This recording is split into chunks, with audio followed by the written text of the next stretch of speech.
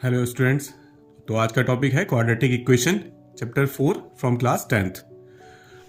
Quadratic equation की भी general form होती है जैसे कि बाकी चैप्टर्स की थी, linear equation in two variables, quadratic polynomial. ठीक है, ऐसे इसकी भी जनरल फॉर्म होती है ax square plus b x plus c is equals to zero where a is not equals to zero. Then और इसमें चैप्टर में हम क्या क्या पढ़ते हैं कि क्वाड्रेटिक इक्वेशंस को ना हम सॉल्व करना सीखते हैं by factorisation method.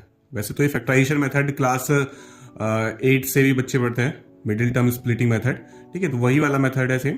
And solving a quadratic equation by quadratic formula. ठीक है, ये न्यू आता है कि क्वाड्रेटिक फॉर्मूला से भी हम इक्वेशंस को सॉल्व करते हैं। देन डिस्क्रिमिनेंट निकालते हैं, उनके मतलब नेचर पता करते हैं रूट्स का कि नेचर क्या होता है। B square minus four a c, if अगर b square minus four a c की वैल्यू ग्रेटर देन जीरो आती है तो हम बताते हैं कि उसके जो रूट्स होंगे वो रियल और डिस्टिंक्ट होंगे। अगर b square minus four a c की वैल्यू जीरो के इक्वल आती है तो हम बताते हैं कि उसके रूट्स रियल एंड इक्वल होंगे। ठीक है, तो ये सब इसके नेचर्स होते हैं। And formation of quadratic equation ये मैंने एक्स्ट्रा इसमें लिख दिया है, ये चैप्टर 2 में भी आता है कि हमें अगर जीरोस गिवन हो तो क्वाड्रेटिक इक्वेशन कैसे फॉर्म करनी है। तो सिंपल सा हम ये लॉजिक इसमें यूज कर सकते हैं।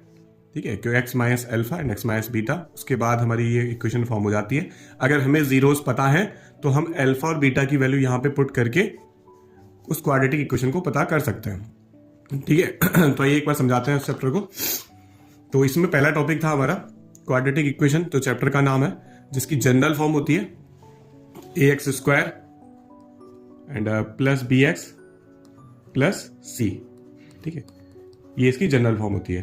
ठीक है, तो इसमें ए यहां पे क्या है, एक्स स्क्वायर का कॉफिशिएंट है एंड बी एक्स का कॉफिशिएंट है और सी यहां पे कांस्टेंट टर्म है एंड इक्वल में जीरो। मतलब इसमें टू साइड्स होती हैं, एक तो लेफ्ट हैंड साइड और एक राइट हैंड साइड। ठीक है, ये टू साइड्स होती है इसमें। तो पहले इसमें फर्स्ट एक्सरसाइज में किस टाइप के क्वेश्चंस आते हैं कि जैसे कि कुछ आपको एक एक्सप्रेशन दे दिया कि 4 minus x square plus 3x। ठीक है, कुछ भी ऐसे लिख दिया तो आपको बताना है कि क्या ये क्वाड्रेटिक इक्वेशन फॉर्म करेगा। तो इसको अगर हम सॉल्व करें तो क्या हमें इससे एक क्वाड्रेटिक इक्वेशन मिलेगी। ठीक है, ये हमें इसमें बताना होता है कि हमें क्वाड्रेटिक इक्वेशन मिलेगी या नहीं मिलेगी। ठीक है, तो हम इसको कैसे सॉल्व कर सकते हैं। जैसे a माइनस बी का होल स्क्वायर क्या होता है, ए स्क्वायर प्लस बी स्क्वायर।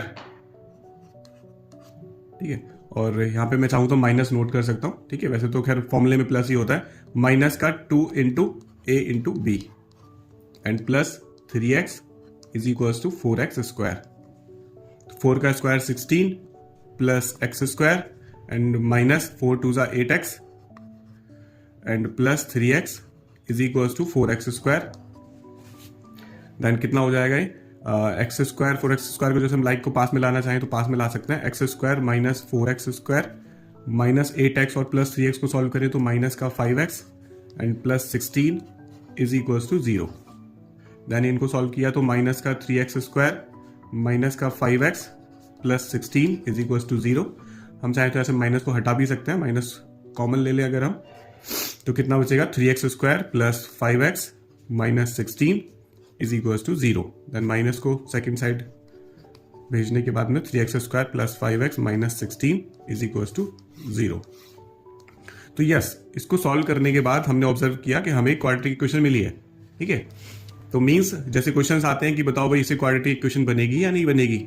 ठीक है, तो हाँ, इससे बन रही है। ऐसा इक्वेशंस हो सकती हैं, ऐसे कोई भी सॉल्यूशन हो सकते हैं, सिंप्लीफिकेशन हो सकते हैं कि उसको सॉल्व करने के बाद हमने ऑब्जर्व किया कि हमारी क्वाड्रेटिक इक्वेशन नहीं बनी। क्वाड्रेटिक इक्वेशन कब नहीं बनेगी, अगर उसमें एक्स स्क्वायर वाला टर्म ही मतलब किसी तरह से सॉल्व हो जाता, कट जाता, तो फिर नॉर्मली क्या बनती है, एक लीनियर टर्म बच जाती है इसमें। ठीक है, ये लीनियर टर्म, ये कॉन्स्टेंट टर्म, तो ये अगर बचेंगी तो फिर ये क्वाड्रेटिक इक्वेशन नहीं होगी, फिर तो एक ये लीनियर इक्वेशन हो जाएगी। ठीक है, या फिर उसमें किसी में क्यूब आ जाए ax की पावर 3 तो भी वो क्वाड्रेटिक इक्वेशन नहीं होगी, क्योंकि फिर उसका नाम क्या हो जाएगा, क्यूबिक इक्वेशन। ठीक है, आपने बेसिक पढ़े होते हैं कि हम अगर डिग्री 3 होती है तो उसका क्या होता है, क्यूबिक पॉलिनोमियल बोलते हैं। ठीक है, बिकॉज ये इक्वेशन चैप्टर है तो हम इसमें क्यूबिक इक्वेशन, क्वाड्रेटिक इक्वेशन ये सब बोलते हैं। ठीक है, तो ऐसे तो पहले फर्स्ट टाइप के क्वेश्चन है, आपको जितने अच्छे से सिंप्लीफिकेशन करने आते हैं उतने अच्छे से आप इन क्वेश्चन को सॉल्व कर लेते हो। देन सेकेंड टाइप के क्वेश्चन कहते हैं, कैसे आते हैं कि आपको कोई क्वाड्रेटिक इक्वेशन मिल जाती है like x square minus 5x and plus 6 is equals to 0। ठीक है, ये क्वाड्रेटिक इक्वेशन है। ओके, आपको क्या बताना है कि इसके रूट्स बताइए आप। ठीक है, रूट्स वही जीरोस, ठीक है, जो क्वाड्रेटिक पॉलिनोमियल में होता है, क्वाड्रेटिक इक्वेशन के रूट्स बोलते हैं। तो इसके रूट्स निकालने में, तो पहला मेथड था हमारा factorization method, factorization method. And दूसरा मेथड क्या बताया था हमने, क्वाड्रेटिक फॉर्मूला। ठीक है, दूसरा मेथड था हमारा क्वाड्रेटिक फॉर्मूला, इससे हम सॉल्व करेंगे। तो पहले फैक्टराइजेशन से कैसे करते हैं क्वाड्रेटिक इक्वेशन को सॉल्व, सिंपली वो तो उसमें middle term splitting method use करना होगा कि हमें 6 1 जा 6 के ऐसे फैक्टर सोचने हैं। ठीक है, 6 1 जा 6 ऐसे फैक्टर सोचने हैं कि जिसका प्लस, क्योंकि यहाँ पे प्लस साइन है, जिसका प्लस करने से 5 आ जाए। तो वो 3 and 2, 3 2 जा 6, 3, ठीक है, और 3 + 2 5।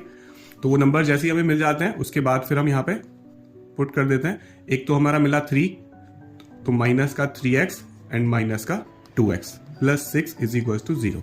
ठीक है, ये मैंने साइन माइनस माइनस ही क्यों लिए, ठीक है, क्योंकि मुझे क्या प्लस करके लाना था। और प्लस अगर करते हैं तो या तो दोनों चीजें माइनस में ही होंगी, ठीक है, दोनों नंबर्स क्या होंगे माइनस में, तभी तो प्लस होगा। सेम साइन प्लस होते हैं और डिफरेंट साइन माइनस हो जाते हैं। तो ऐसा तो नहीं हो सकता कि एक माइनस में हो दूसरा प्लस में हो, ठीक है, अदर देन वो फिर माइनस हो जाएगा। जब हमें प्लस करना हो तो कंफर्म होता है या तो दोनों माइनस के होंगे या दोनों प्लस के। अब माइनस के कब होते हैं, जब हमें आंसर माइनस का लाना हो, ठीक है, और प्लस के कब होते हैं, अगर यहाँ पे प्लस होता तो फिर मैं दोनों को प्लस कर लेता, ठीक है।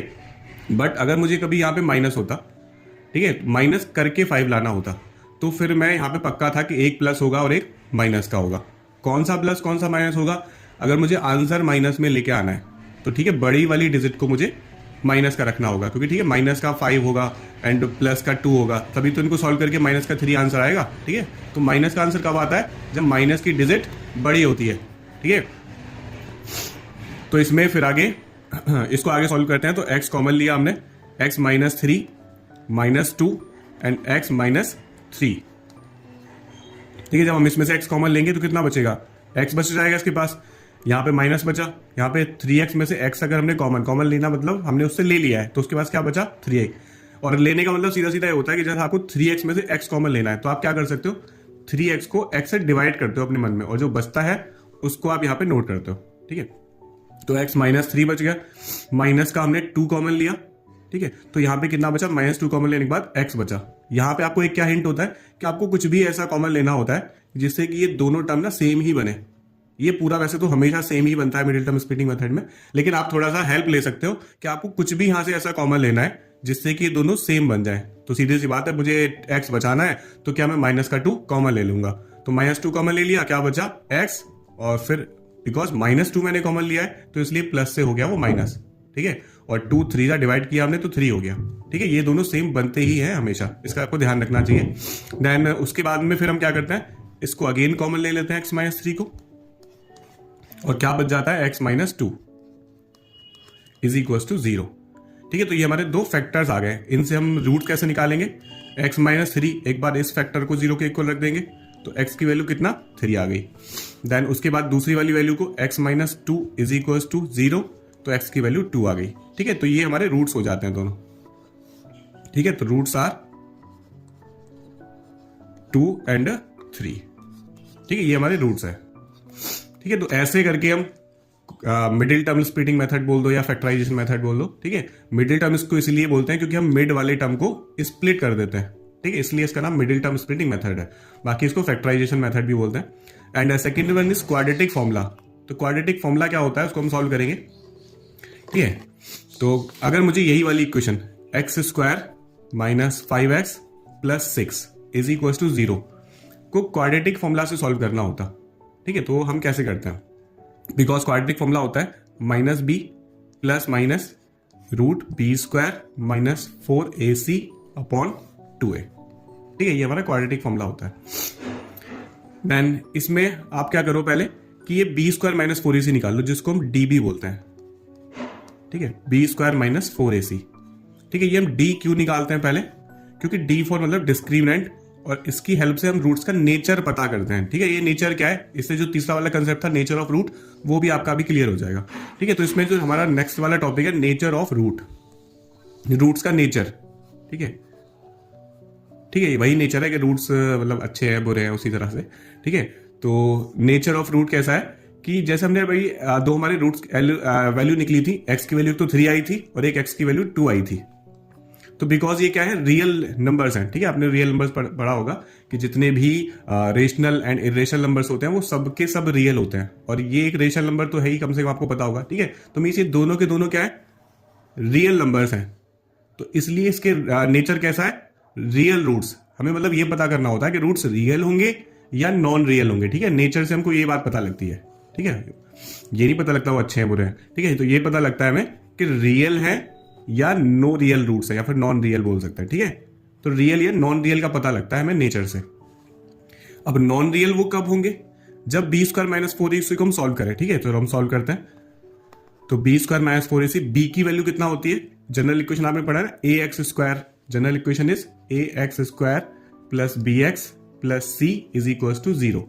तो यहाँ पे ए क्या होता है, एक्स स्क्वायर का कॉफिशिएंट। एक्स स्क्वायर का कॉफिशिएंट यहाँ पे कितना है, 1, क्योंकि है ही नहीं कुछ, ठीक है।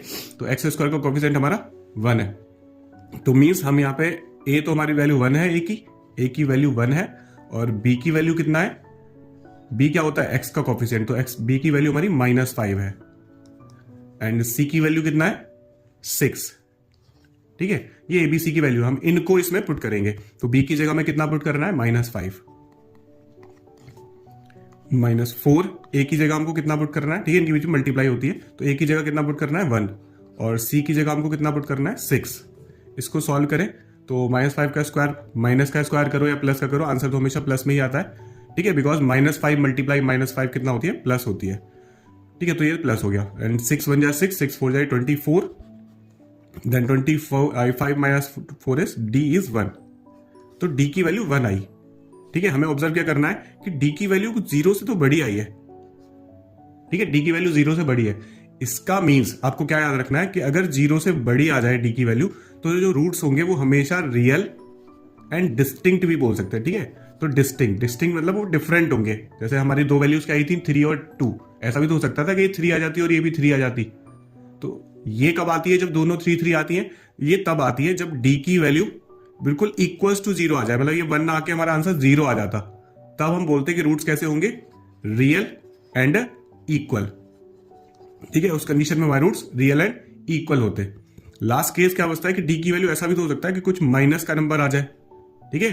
डी की वैल्यू कोई -1 जैसे लाइक कुछ आ गई हो, तब क्या होगी, वो 0 से छोटी होगी, क्योंकि जितने माइनस नंबर्स होते हैं सारे 0 से छोटे होते हैं, ठीक है। उस केस में रूट्स होते हैं नो रियल रूट्स, ठीक है, नो रियल रूट्स। तो डी की वैल्यू आपको याद रखना है, -1 अगर कभी आ गई तो रूट्स होंगे नो रियल रूट्स, और आपको उन रूट्स को फिर नहीं निकालना होता, बस बताना होता है कि भाई ये तो डी की वैल्यू तो -b² की वैल्यू तो कितना आ रही है, लेस देन 0 आ रही है, इसका मतलब इसके रूट्स नहीं है और हम इनको नहीं निकालते, ठीक है, बस बता देते हैं, ओके। लेकिन हमारी इक्वेशन के तो रियल रूट्स है, तो हम इसको आगे भी सॉल्व करेंगे, ठीक है। आगे कैसे सॉल्व करते हैं, अभी आप इस फॉर्मूले में वैल्यू पुट कर दो, -b, तो माइनस लगाया पहले मैंने, और फिर b की जगह हमें कितना पुट करना है, -5, फिर ये प्लस माइनस यूज किया, प्लस माइनस, और b² माइनस 4ac, इस b² माइनस 4ac की वैल्यू तो हमने पहले ही निकाल के रख ली, दिस इज 1, ठीक है, 1, एंड अपॉन में ये 2a मतलब 2 मल्टीप्लाई a की वैल्यू कितना, 1, ठीक है। इसको सॉल्व किया तो -5, जब इसको हम ओपन करेंगे तो माइनस माइनस ये प्लस हो जाएगा, तो प्लस का ये 5, एंड ये प्लस माइनस √1 सॉल्व करते हैं तो 1 ही आता है, एंड 2 1 जाए 2, ठीक है, इतना आ गया। इसके बाद में 5, यहाँ भैया ये प्लस माइनस का मतलब क्या है कि हमें एक बार तो वैल्यू प्लस में लेनी है, मीन्स एक बार तो हमको 5 + 1/2 सॉल्व करना है, और एक बार 5 - 1/2 सॉल्व करना है, ठीक है। ये दोनों चीजें सॉल्व करनी है, ठीक है। तो प्लस माइनस का मतलब कोई ज्यादा बड़ा बात नहीं होती, इसका मीन्स ये एक शॉर्ट ट्रिक है कि हमें कोई चीज अगर 2 बार करानी होती है, एक बार 5 + 1, एक बार 5 - 1, तो एक शॉर्ट ट्रिक है लिखने की, ठीक है। तो इससे कोई डरने की बात नहीं है कि ये सब क्या है। तो 5 + 1 कितना आता है, 6/2, यानी ये कटने के बाद कितना आ जाएगा, 3। देखो 3 हमारा पहला आंसर तो सेम हो गया जैसे हमने पहले निकाला था, 3, ठीक है। तो ये इस फॉर्मूले से भी आंसर वही आएंगे, बट करने का तरीका डिफरेंट है। देन दूसरा वैल्यू क्या है, 5 - 1 4/2, देन ये सॉल्व करने के बाद कितना आ जाएगा, 2, ठीक है। दोनों आंसर्स मैच करके हमारे पुराने वाली सॉल्यूशन जो हमने किया था, ठीक है। तो ये मेथड होता है क्वाड्रेटिक फॉर्मूला, इससे भी हम क्वाड्रेटिक इक्वेशन को सॉल्व करते हैं, ठीक है। तो ये तो मैंने आपको 2 सिंपल सी इक्वेशन सॉल्व करके दिखाई by middle term splitting method and quadratic formula. बाकी इक्वेशंस आपकी हर तरह की आती हैं, जैसे कि कुछ डिफिकल्ट इक्वेशंस भी होती हैं, कुछ फ्रैक्शन वाली इक्वेशन होती हैं, आपको उन सबकी प्रैक्टिस करनी चाहिए, ठीक है। फ्रैक्शंस वाली इक्वेशन होती हैं, जब हम एक्सरसाइज के क्वेश्चंस करेंगे तब ऐसे क्वेश्चंस को सॉल्व करेंगे। फ्रैक्शंस के क्वेश्चंस होते हैं, कुछ रूट्स वाली क्वाड्रेटिक इक्वेशन होती है, आपको वो सॉल्व करनी आनी चाहिए by using middle term splitting method भी और क्वाड्रेटिक फॉर्मूला से भी। लेकिन हाँ, आपको जानना चाहिए कि हर एक इक्वेशन को हम फैक्टराइजेशन मेथड से सॉल्व नहीं कर सकते, ठीक है। तो आप अगर कर सकते हो तो करिए फ्रैक्शन वाली इक्वेशंस को सॉल्व इससे, ठीक है। तो लिखा आता है पेपर में, ऐसे लिखा भी आ जाता है कि आप ये जो इक्वेशन है ना, आप इसको फैक्टराइजेशन से ही सॉल्व करिए। तो आपको प्रैक्टिस करनी चाहिए दोनों मेथड से, ठीक है, फैक्टराइजेशन मेथड से भी, रूट से भी। हाँ, पर सारी इक्वेशन नहीं हो पाती क्योंकि कुछ के रूट्स बहुत डिफिकल्ट होते हैं, जिनको सोच पाना काफी मुश्किल होगा मिडिल टर्म स्प्लिटिंग मेथड में, और उसके लिए हम क्वाड्रेटिक फॉर्मूला काफी इजी होता है। तो अगर कोई डिफिकल्ट इक्वेशन कभी आती है तो आप क्वाड्रेटिक फॉर्मूला का यूज करिएगा, ठीक है। उससे आप इजीली, लेकिन आपको सॉल्व करना सीखना पड़ेगा कि हाँ, रूट्स वाली इक्वेशंस को हम क्वाड्रेटिक फॉर्मूला से कैसे सॉल्व करेंगे। अगर आपको सॉल्यूशंस नहीं आते, सिंप्लीफिकेशन नहीं आते, तो आपको प्रॉब्लम हो सकती है, ठीक है। तो रूट्स वाली इक्वेशंस हैं, फ्रैक्शन वाली इक्वेशंस हैं, एल्जेब्रिक इक्वेशंस भी हैं कुछ, ठीक है। एल्जेब्रिक वैल्यूज आ जाती, जैसे अभी इक्वेशन क्या थी कि हमने लिखा था x² माइनस का 5x प्लस का 6, तो ऐसे ना आके कुछ x² minus px plus qx है, ठीक है, ऐसे करके कुछ वैल्यूज आ जाती है, तो हम उनको कैसे सॉल्व करेंगे, ठीक है। तो इस टाइप की कुछ इक्वेशन आ जाती है, तो ऐसी भी इक्वेशंस हैं, ठीक है। उसको हम जब एक्सरसाइज के क्वेश्चंस करेंगे तब सॉल्व करेंगे, मैंने अभी आपको बता दिया। और नेचर ऑफ रूट, उसके बारे में आपको मैंने समझाई दिया। तो ये सब कंसेप्ट था इस चैप्टर 4 का, ठीक है। तो आज के लिए इतना ही, धन्यवाद।